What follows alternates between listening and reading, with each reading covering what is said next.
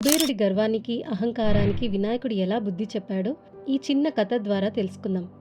ఒకనాడు కుబేరుడు శివపార్వతుల దగ్గరికొచ్చి, మహాదేవ, మీరు పార్వతీదేవి కలిసి మా ఇంట్లో నిర్వహించే విందు భోజనానికి తప్పకుండా రావాలి అని అడిగాడు. అప్పుడు శివుడు కుదరదన్నాడు.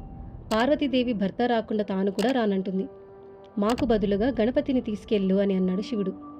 అప్పుడు కుబేరుడు అలకాపురిలో ఉన్న తన భవనంలో బంగారు కంచం పెట్టి రకరకాల తీపి పదార్థాలు, పానీయాలు, కూరలు, పండ్లు అన్నీ గణపతికి వడ్డించాడు. కుబేరుడు చూస్తూ ఉండగానే గణపతి కంచంలో ఉన్న ఆహారాన్ని, అక్కడ ఉంచిన పాత్రల్లోని ఆహారాన్ని అన్నీ తినేసి, ఇంకా తీసుకురండి, నా కడుపు నిండలేదు అంటాడు.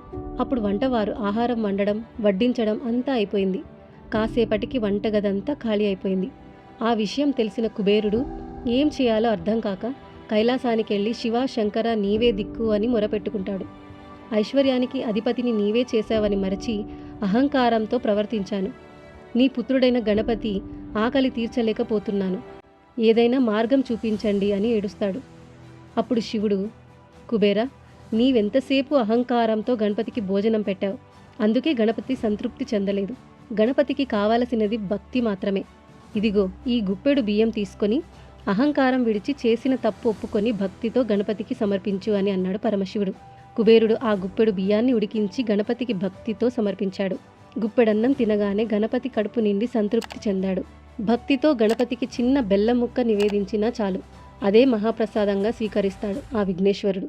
ఈ కథ మీకు నచ్చినట్లయితే మీ మిత్రులకి షేర్ చేసి, లైక్ చేసి, మరిన్ని మంచి కథలకై మన ఛానల్ని సబ్స్క్రైబ్ చేసుకోండి. ఓం గం గణపతయే నమః.